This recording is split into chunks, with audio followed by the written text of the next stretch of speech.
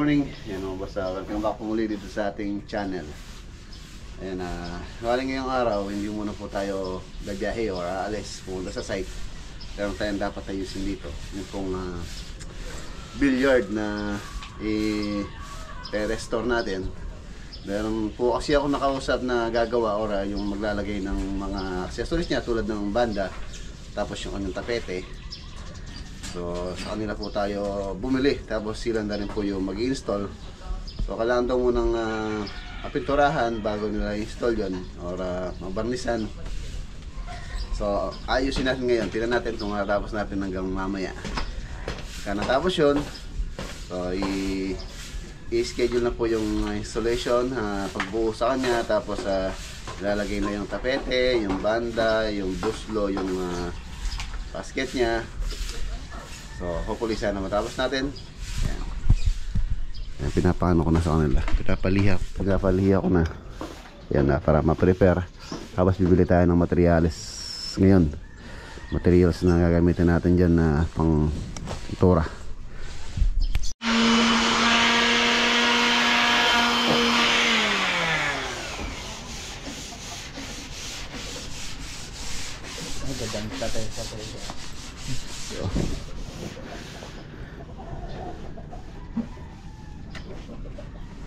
Ito liyain nyo to, no?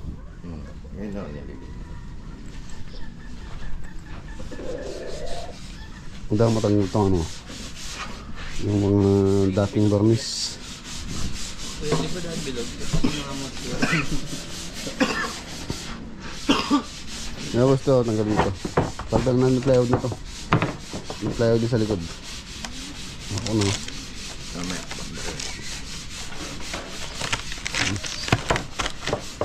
Natin. Ayan na, kahapon meron na tayong meron na ako nakita ng mga materials na gagamitin. Mga sobra namin ito, sanding sealer. Meron pa ako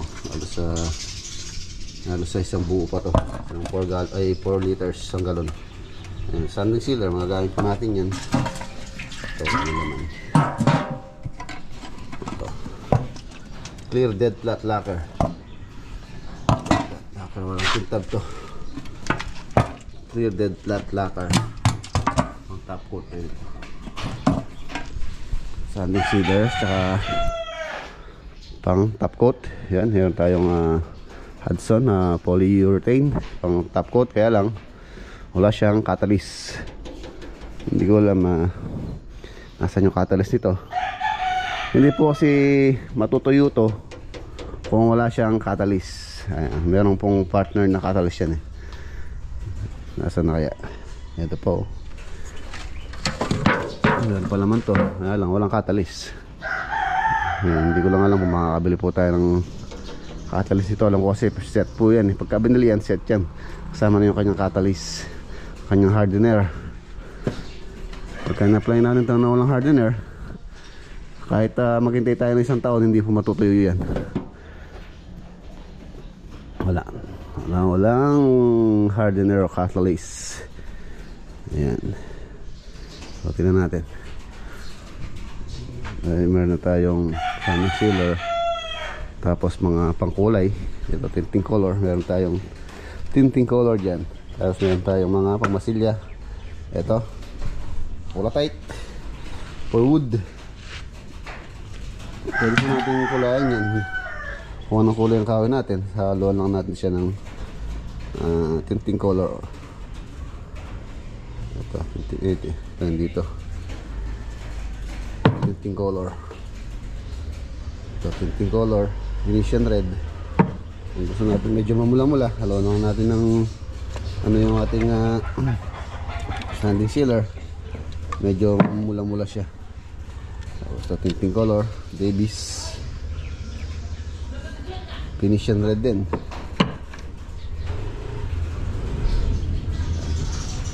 Ito pa, ano ba ito?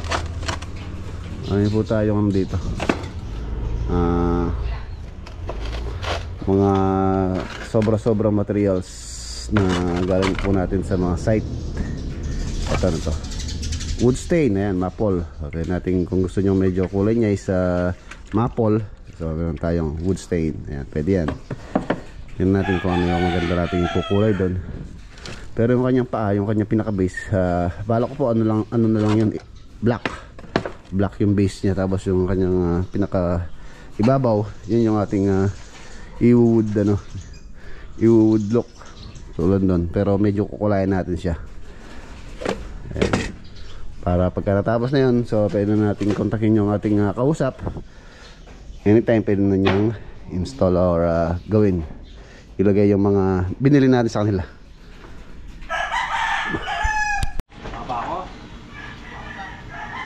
Ayan na, tapos itong mixer papadala ko na po sa San Simon.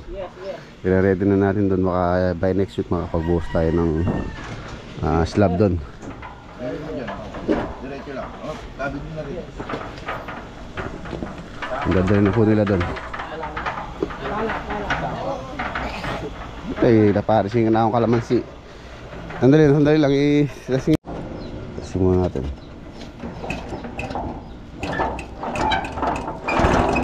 Oh. Bro.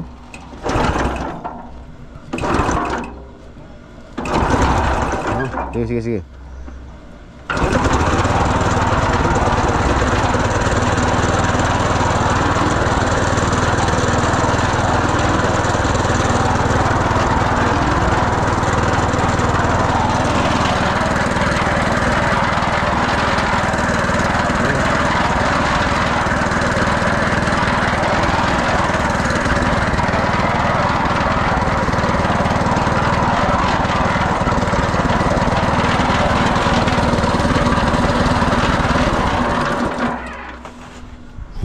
Okay naman yung makina.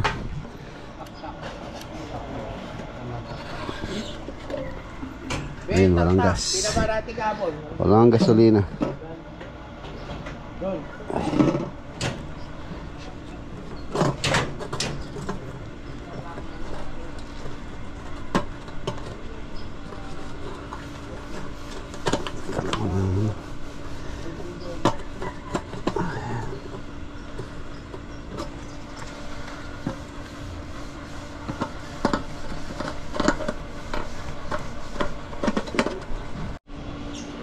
Humalik ka dyan. Gusto mo natin matinola, sama ka sa kanila.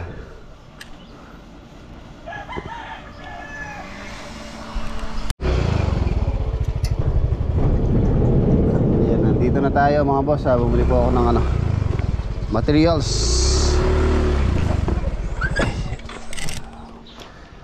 Close the open.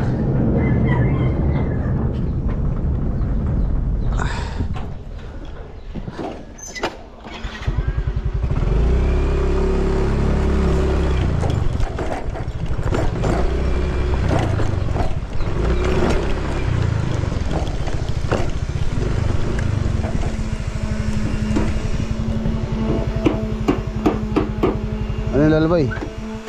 Ano yan?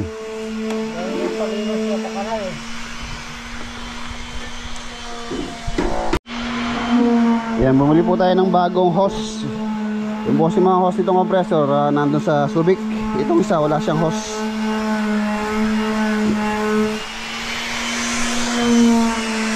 Tapos bumili tayo ng thinner,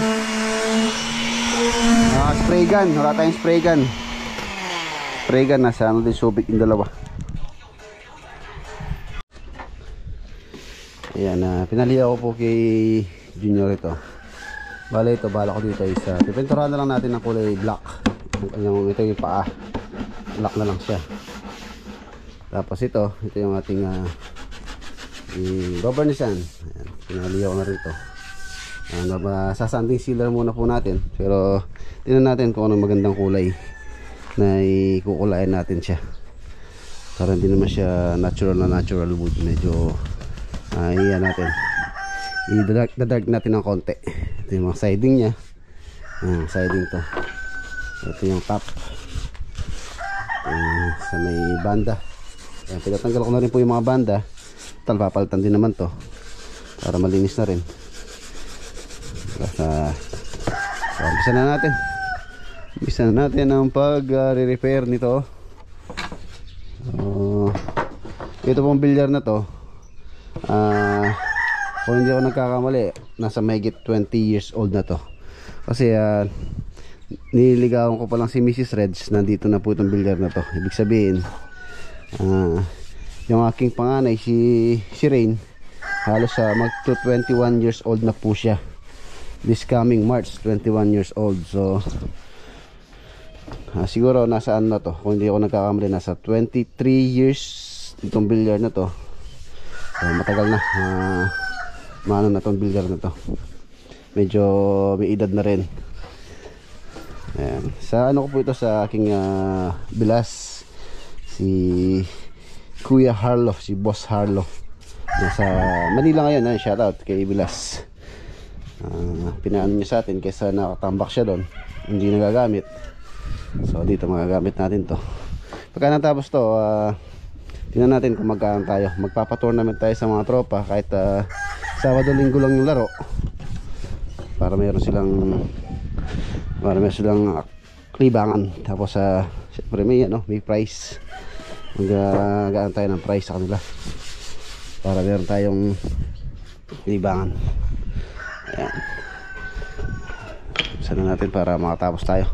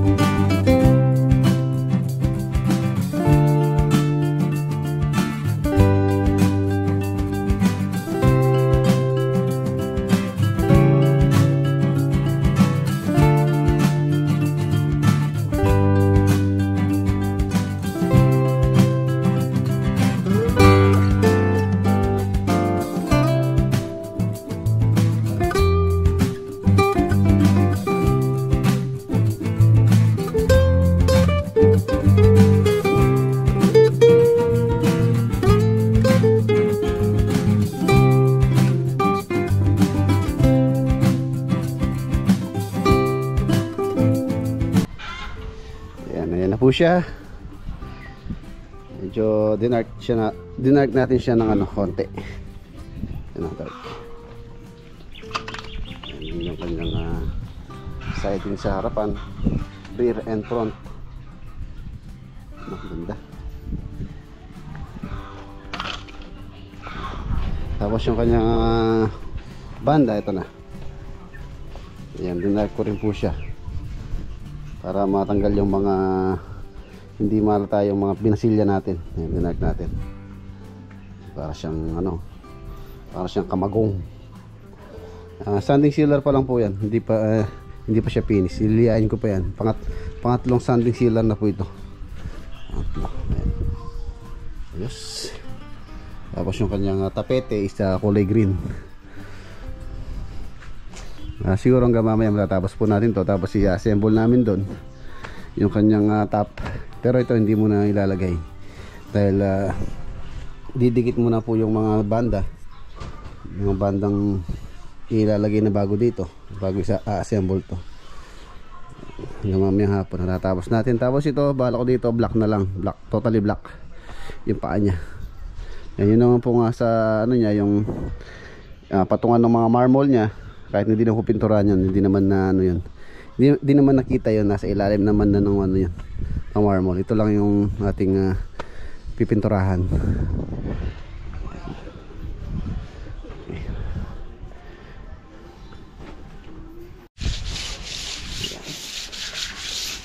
Pang ano na pong sanding sealer to, pang 5 na yata. So liliyan na lang natin siya, tapos tatap coat na natin. Top coat.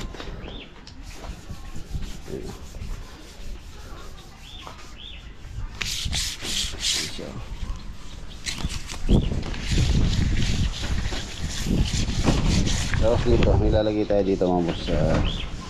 Yung pinaka-design nyo dito yun. Lalagyan natin yun.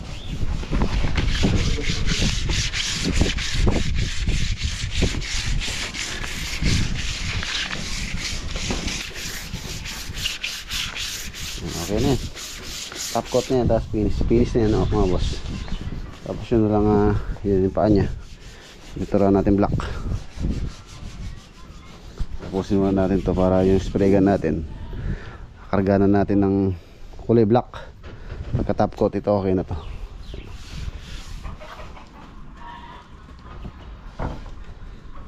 Ayan.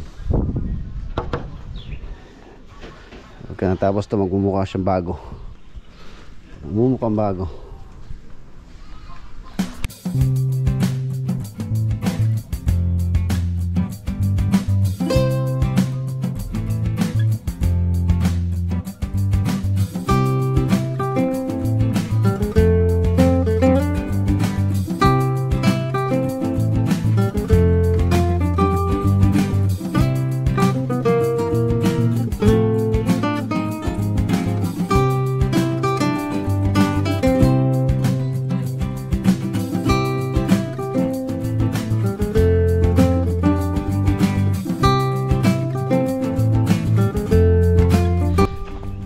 Okay na. Hindi pala yung pinturang tira dito, hindi pala siya black, totally black. Ano pala siya, basta meron siyang pagka chocolate brown. Ano kung mapansin niyo, hindi siya talagang black. Chocolate brown. Tira po namin 'yon. Hindi ko alam sa project namin tira yung pintura na 'yon. Ano po 'yan, epoxy enamel. Pwede naman po siya sa pangkahoy. Tapos ito na yung ating makita na siya. Hindi siya ganoon ka pulido dahil madalian lang. Dahil bukas di na natin maasikaso to, kaya may madalian lang po yung paggawa natin dito. Pero maganda naman po siya. Ito na yung patutuyuin lang to. Tinapcoat ko na rin. Ayan kitab. Patutuyuin lang natin. Medyo basa pa. Pwede natin mamaya pagka natuyo yun, pwede na natin assemble yung paa nya saka yung marmol, yung kanyang pinaka top. Tapos ito, meron po akong kambing dito. Yan, ito po yung anak nung alaga natin dito na namatay nung nahulog doon sa may hukay doon. Nasa kalor, nabigti. Ito na lang po yung natira. Babae po yan. So hindi na maasikaso rito, gawa na tsaka medyo wala na rin mga damo-damo dito. So, nag-iisa lang siya. Si parang Jimmy naghahanap siya ng ng babae. Dadalhin natin sa kanya to, paampon na natin kay parang Jimmy itong kambing na to. Tapos magdadala din ako ng manok. Bibigyan ko siya ng manok na ganitong lahi. Itong manok na to, maganda to mga boss, pangkatay. Lalaki po yan. Magdadala tayo ng isang lalaki, tapos dalawang babae para maparami din. Parami din niya. Ayan. Paampon na natin. Actually wala pa siyang pangalan. Bahala na si parang Jamie ang pangalan doon. Ito, tingnan nyo yun. Yung manok namin dito ni Lolo Boy. Marami na rin po yan. Tapos yung mga iba, yung mga Texas nya. Ayan, yung po mga kalapati natin, ala na. Hindi na po sila nakauwi. Sana kung sino man kung sino man yung nakakuha sa kanila or nakabihag or san loob sila dumapo or naligaw, sana maano sila, maalagaan din sila mabuti. Ayan. So lesson learned. Nagkamali tayo, so wala naman pong perfecto na, at least mistake makes a man perfect. Ayan. At least alam na natin sa susunod na ganun nga. Ito mga young bird natin, paano lang natin, pa unti-unti lang nahuli tayo nitong manok. Mamaya pagka nandito si Junior, mga uhuli kami tatlo. Tapos yung kambing dadali na natin kina Pan Jimmy.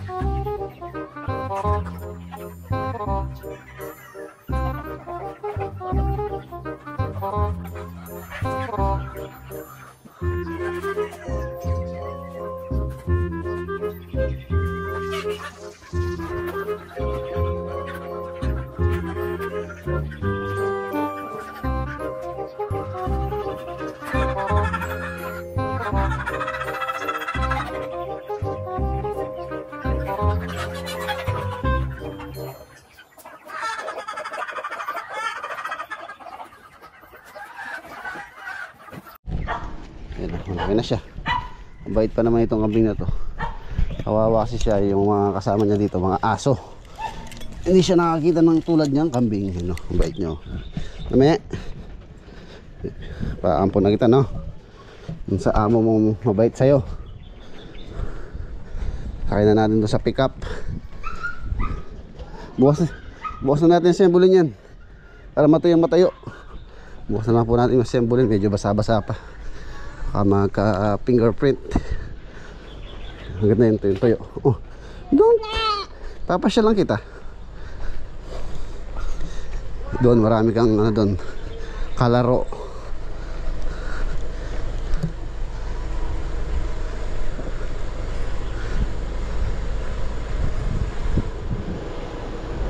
Dito sa likod, huwag na lang natin sarado yung roll grid nya. Tali na lang natin dito. Sige, doon ka. Ayan. Dito ka, dito. Ay, ulog ka. Ay, dito.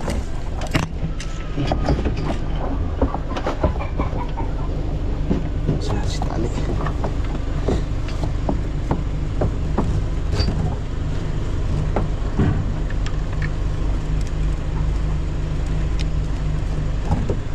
Ka lang ha, kapsal tayo. Hindi naman natin sasagad yung yan, ganyan lang. Yan. Nandyan na rin po yung mga manok. Yan siya, oh. Bite nya, oh. Yan, oh. Steady ka lang dyan. So let's go. 4 na. Let's go.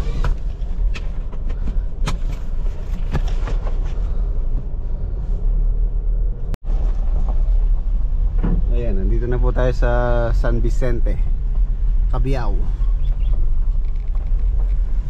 Doon na lang kami magkikita ni Parang Jimmy sa farm 1. Makausap ko na rin po siya. Nasa farm 2 siya kanina, so pauwi na raw siya. Hindi ko lang alam kung nandito na. Ayun yung ano ni Black Shadow in the Night, Kubo Cafe. At ayun yung tinatamnan nila paring HB.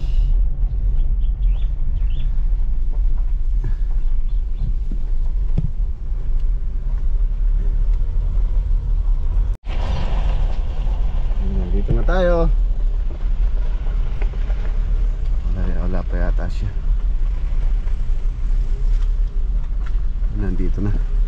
Nandito na si Paring Jimmy. Wala siya masyadong kinakakain doon, pare. Ang damo doon. Oo po.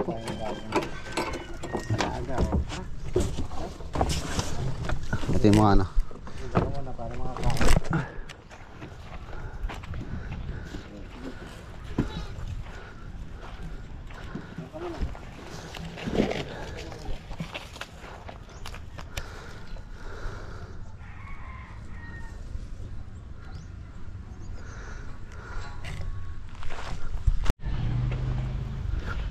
Yan na mga boss, oh.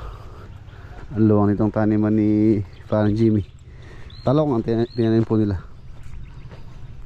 Hanggang dito makakaano ng mabuti, lalaki ng mabuti yung ating pinampon sa kanyang kambing. Saka yung mga manok. Ayan, mayroon siya mga manok dito, kaya lang yung ano native si Apong Peping. Whoop!